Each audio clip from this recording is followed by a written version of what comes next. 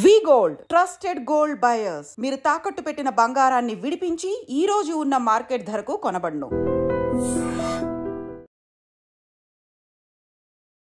Hi hello నమస్తే, welcome back to our channel. నేను మీ వైషు. చట్టం చాలా వరకు న్యాయంగా పనిచేస్తుంది, రెండు కళ్ళు అట్లానే ఉంటాయి, కళ్ళే మూసుకుపోలేదు, చట్టం ఎవరికి చుట్టం కాదు అంటుంటారు. మరి దాంట్లో ఎంతవరకు నిజం ఉంది, సామాన్యులకి చట్టం గురించి ఎంతవరకు తెలిస్తే వాళ్ళకు ఉపయోగపడుతుంది, ఈ విషయాలు మాట్లాడడానికి ఈరోజు నాతో పాటు అడ్వకేట్ నరేష్ గారు ఉన్నారు. సార్తో మాట్లాడదాం. హలో అండి. హలో అండి. ట్రిపుల్ రైడ్ జరిగితే కూడా అప్పటికప్పుడు వాళ్ళు డబ్బులు తీసుకోకుండా అక్కడెక్కడో ఉండే బొరుగుల మిక్చర్ షాపోడికి వాడి దగ్గర ఉండే ఫోన్పే స్కానర్కి 1000 రూపాయలు వేయండి, మిమ్మల్ని పంపించేస్తాము, లేదంటే ఇప్పుడు మీరు మళ్ళీ అక్కడికి వెళ్ళాలి ఇక్కడికి వెళ్ళాలి, చాలా ప్రాసెస్ ఉంటుంది అని చెప్పి చిన్నగా సైగలు చేసి చెప్తా ఉంటారు. అలాంటి సిచ్యువేషన్స్లో ఏం చేయాలి? ఇప్పుడు ఇవన్నీ కూడా ఇది ఒకటి. నేను ఏమంటున్నా అంటే కనుక మీరు ప్రాపర్గా డ్యూటీ చేస్తున్నారు కదా, వెల్ అండ్ గుడ్, అప్సెట్ చేస్తున్నాము, దాంట్లో ఎటువంటి డౌట్ లేదు.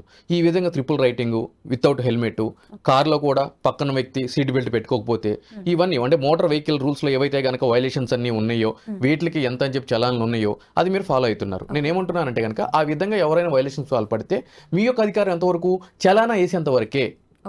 ఒకవేళ అతను కట్టలేదు అనుకోండి, నేను చెప్పిన ప్రొసీజర్ ఉంది కదా, అది ఫాలో అవ్వాలి. నేను ఇంకొకటి ఏమంటున్నా అంటే ఈక్వాలిటీ బిఫోర్ లా అన్నప్పుడు ఆర్టీసీ బస్సు ఉంది కదండి, ఈ రోజు మనం చూస్తున్నాం కదా, మీరు మార్నింగ్ టైం కానీ ఈవినింగ్ టైం కానీ మధ్యాహ్నం కానీ చూసుకున్నట్లయితే కనుక ఫుడ్ బోర్డింగ్ చేస్తూ ఉంటారండి, హ్యాంగ్ అయితే ఉంటారు పిల్లలు ఇట్లా పట్టుకుని. అటువంటి ఆర్టీసీ బస్సు కూడా సీటింగ్ కెపాసిటీ ఉంటుంది, స్టాండింగ్ కెపాసిటీ ఉంటుంది. ఇప్పుడు 35 సీట్ కెపాసిటీ అనుకోండి, 35 సీట్స్ కూర్చునే కెపాసిటీ, సీటింగ్ కెపాసిటీ. దాంట్లో బస్సు యొక్క కెపాసిటీని బట్టి మాక్సిమం 40% వరకు స్టాండింగ్ కెపాసిటీ ఉంటుంది. అంటే ఒక 20 మందిని ఉంచవచ్చు, అంటే టోటల్ ఒక 55 మంది 60 మంది వేసుకోండి. ఒక బస్సులో 100 మంది 200 మంది ఏం చేస్తారంటే కనుక ఇట్లా బోర్డింగ్ చేసుకుంటూ వెళ్తూ ఉంటారు, అది వైలేషన్. ఆ విధంగా వెళ్ళినప్పుడు సంబంధించిన ఆర్టీఓ కానీ లేదు అంటే కనుక ట్రాఫిక్ అధికారి కానీ ఏం చేయాలి అంటే కనుక ఇమ్మీడియట్లీ ఆ బస్సుని అక్కడే సీజ్ చేయాలి, తక్షణం సీజ్ చేయాలి. అక్కడ సీజ్ చేసి ఈ యొక్క ప్రయాణికులు ఉంటారు కదా, వేరే ఆల్టర్నేటివ్ వెహికల్ వాళ్ళే ప్రొవైడ్ చేసి వీళ్ళని ఆ వెహికల్లో పంపించాలి. ఆ యొక్క బస్సు అధికారి ఎవరైతే అంటే ఓనర్ ఎవరైతే ఉంటారో అతని మీద ఫైన్ ఇంపోజ్ చేయాలి. This is the law. అలా జరుగుతుందా? జరగట్లేదు. ఎందుకంటే అడగట్లేదు. ఎందుకు అడుగురు అంటే మనకు అవసరం లేదా అంటే క్వశ్చన్ చేయడానికి భయపడుతున్నారని చెప్పుకోవచ్చు కదా. ఇప్పుడు ఎగ్జాక్ట్లీ అండి, point to be noted. Question చేయడానికి భయపడుతున్నారు, అన్నిటికీ భయపడుతున్నారండి. ఈరోజు సోషల్ మీడియాలో ఒక పోస్ట్ పెట్టండి, కింద కామెంట్లు చూడండి, ప్రశ్నించకుండా ఇన్ని కామెంట్లు పెడుతున్నారా అండి? అంటే పనికిమాలిన విషయాల మీద కామెంట్లు పెట్టడానికి ఉన్న ధైర్యము మీ జీవితాల్లో మీకు రావాల్సిన హక్కులు వయలేట్ జరుగుతున్నప్పుడు, ఉల్లంఘన జరుగుతున్నప్పుడు ఎందుకు క్వశ్చన్ చేయరు? డస్ మీన్ దాట్ మీకు అవసరం లేదు అవి, మీరు మీ జీవితంలో కోల్పోతున్న అవసరం లేదు. పక్కనోడు ఏం కావాలో మీకు కావాలి. ఇప్పుడు ఎవరికి పడుతుంది చెప్పండి? నా దాకా వచ్చింది అనుకోండి, అబ్సల్యూట్లీ కొట్లాడతా, రైట్? నాకు అవసరం అది, నేను కొట్లాడతా.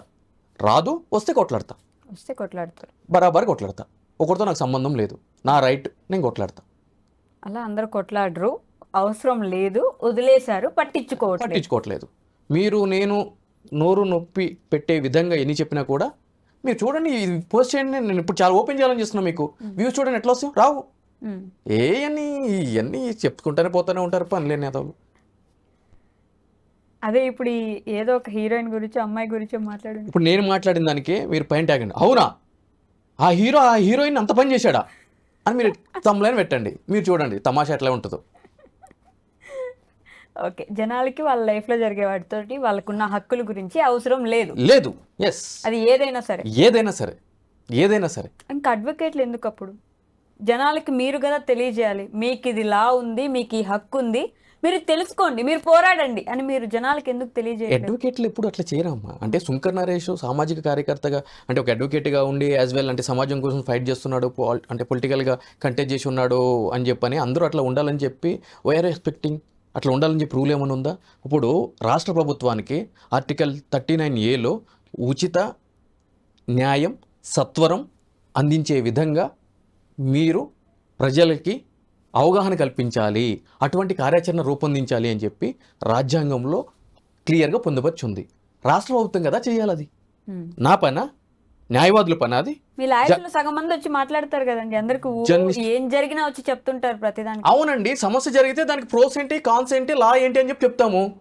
చెప్పొద్దంటే మానేసండి. మాకు మస్తు మంది క్లయింట్లు ఉంటారు, మేము వాళ్ళని వదిలిపెట్టుకుని ఆ కన్సల్టేషన్ వదిలిపెట్టుకుని మీకు ఎందుకు చెప్పాలి. ఎందుకు అని అంటే కనుక న్యాయవాదికి సామాజిక కోణం కూడా ఉండాలి అని చెప్పని ఉంది కాబట్టి ఆ సామాజిక కోణంతో వాళ్ళు కోల్పోతున్న వాటిల్ని వాళ్ళు చూడరని తెలిసినా కూడా నేను మళ్ళీ అగైన్ చెప్తున్నాను అని అంటే కనుక ఆ సామాజిక కోణం ఉందనే కదా.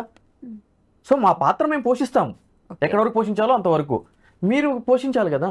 ఈరోజు ఒక స్కూల్లో ఒక క్లాసులో ఒక 30 మంది విద్యార్థులు కనుక చదువుకుంటున్నట్లయితే కనుక ఆ 30 మంది విద్యార్థులకి ఒకే లెక్చర్ అనేది పాఠాలు చెప్పడం జరుగుతుంది, లెసన్ చెప్పడం జరుగుతుంది.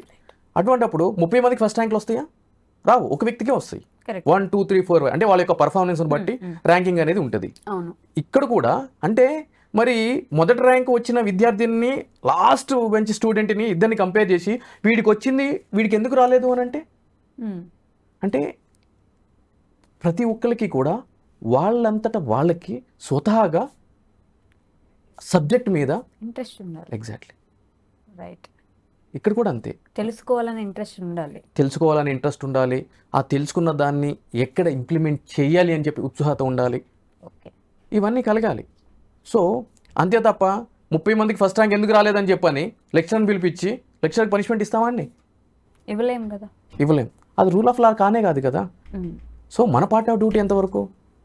మీ హక్కులు ఏమున్నాయి, మీ విధులు ఇవి ఉన్నాయి, మీరు తెలుసుకోండి అని చెప్పండి. తెలుసుకోకపోతే మనం ఏం చేస్తాము? అసలు మీరు నేను ఏ అధికారం ఉందని చెప్పి అసలు ఇవన్నీ చెప్పాలి? చేయాల్సిన ప్రభుత్వాలే చెయ్యట్లేదు, రైట్? కానీ మనము ఎటువంటి అధికారం లేకపోయినా మనం చేస్తున్నాం సామాజిక కోణం దృక్పథంతో.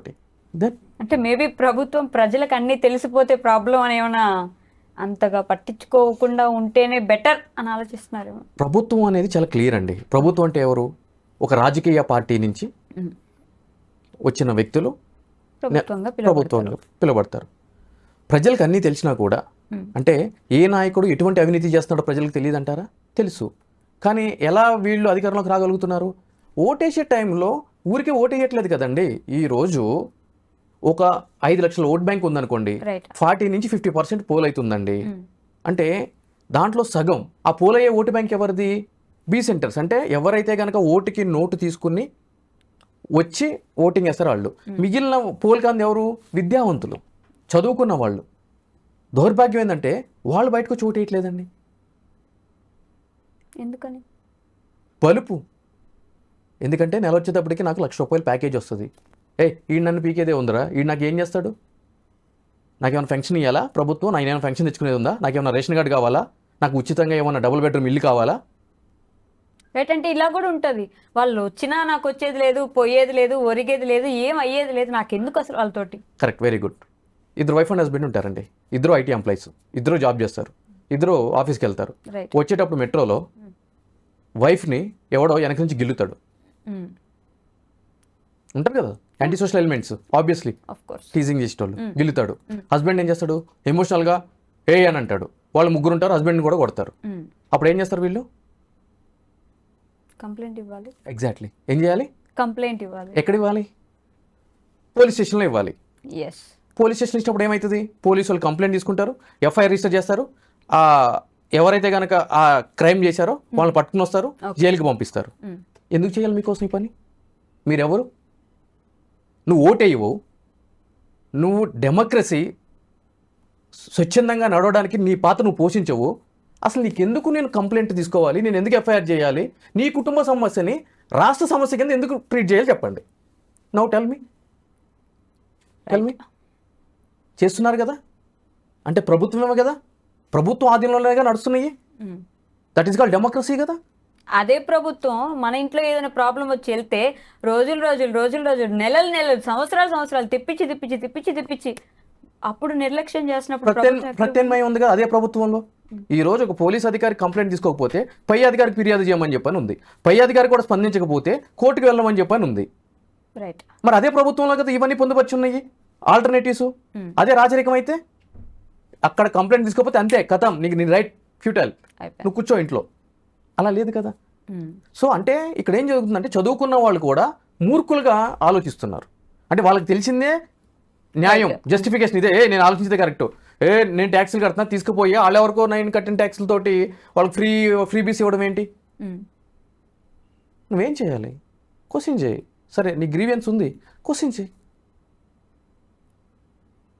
రైట్. ఇప్పుడు సినిమా టికెట్కి వెళ్తారు, కొత్త సినిమా రిలీజు బుక్ మై షోలో 10 రోజుల ముందు ఓపెన్ చేశారు, నాకెందుకు టికెట్ దొరకదు? అమ్ముకుంటున్నారు వీళ్ళు. నీకు ఎంటర్టైన్మెంట్లో క్వశ్చనింగ్ వస్తుంది. బుక్ మై షోలో టికెట్ దొరకపోతే నీకు ఆవేశం వస్తుంది. మరి నీ రైట్స్ వచ్చేటప్పటికి లేదే ఆవేశం. అంటే అది ఎంటర్టైన్మెంట్, యువత మేము, మాకు అది ఇంట్రెస్ట్ ఎక్కువ. ఇవన్నీ మాకు అవసరం లేని పనులు లేదు కదా. ప్రభుత్వానికి కూడా మీరు అవసరం లేదు, అందుకని కూడా మేము అవసరం లేదు.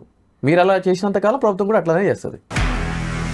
నిజంగా ప్రస్తుతం ఉన్నటువంటి సమాజం దేనికి ప్రయారిటీ ఇస్తుంది? ఆర్థిక సంబంధాల చుట్టూ మాత్రమే తిరుగుతుంది. మళ్ళీ ఎన్నికలంగానే చాలా విరక్తి కలుగుతాను. మంచి అనిపిస్తుంది కదా, లేడీస్ కూడా ఛాలెంజింగ్ జాబ్స్ చేసినప్పుడు చాలా బాగుంటది. ట్రాఫిక్ అసిస్టెంట్స్ గా నియమించిన ట్రాన్స్జెండర్స్ అందరితో సాల్యూట్ చేయించుకుంటున్నారు. ఫుడ్ డెలివరీ ఇవ్వటానికి వెళ్ళినటువంటి డెలివరీ బాయ్ అనిల్ పై కళ్ళ ముందు పెళ్ళండి